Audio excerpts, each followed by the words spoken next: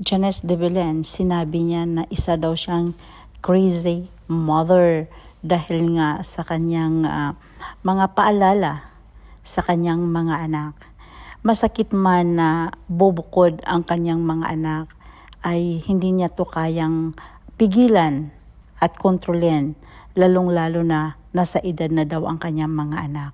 Pero isa lang daw ang pinapaalala niya at sinabi niya sa kanyang mga anak na be good. Yun lang daw ang pinaka-importante na ipinagbili niya sa kanyang mga anak. Pero isa daw siyang crazy mother. Pakinggan natin at panoorin natin kung bakit nagiging siraulo siyang ina sa mga anak niya. Gaya na sinabi ni Mega, your parents are supposed to guide them as they grow up, pero hindi mo sila pwedeng i-control. Because at some point, you'll need to set them free and just hope and pray that you did a good job. From a POV. Di ba yung mga bata, habang wala pa sila sa school, ikaw pa talaga yung mundo niyan eh. Siyempre, when they go to school, nagkaka-friends na sila.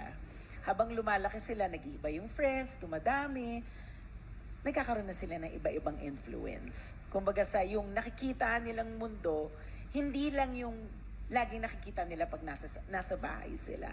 So it's a slow burn. Then after a while, I don't know, you just know when it's time to let them go.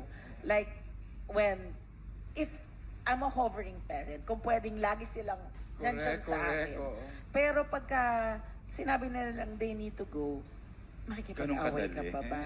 Hindi siya madali, but you know it's time. So remember, last year lang ako naging almost empty nester because last year, Kyla and Moira decided to move out. Diba? Eh, anong gagawin ko? Magta-30 na si Kyla, awatin ko pa ba siya?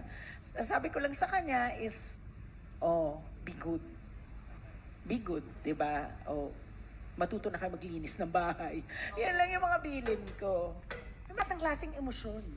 Lahat ng klaseng emosyon, mararamdaman mo.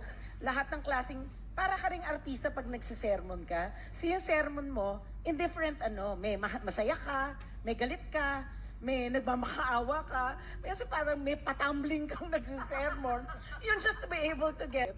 Nagtatawanan sila, yung pinagtatawanan nila ako. Kasi, totoo yun I'm a crazy mother, I have to admit that. Kasi all emotions, lahat klase. And because I am a single parent, I really don't have the time.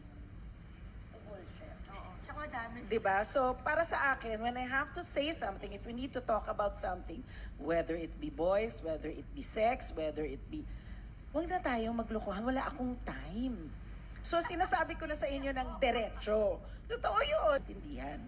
Better kung sabihin mo na ng diretso. Yung sila yung nasa-shock, oh my God, mom.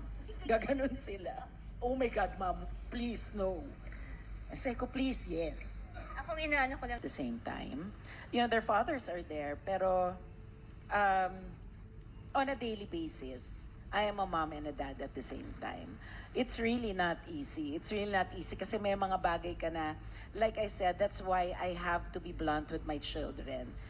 Because I am trying to act out two roles, and it really is not easy.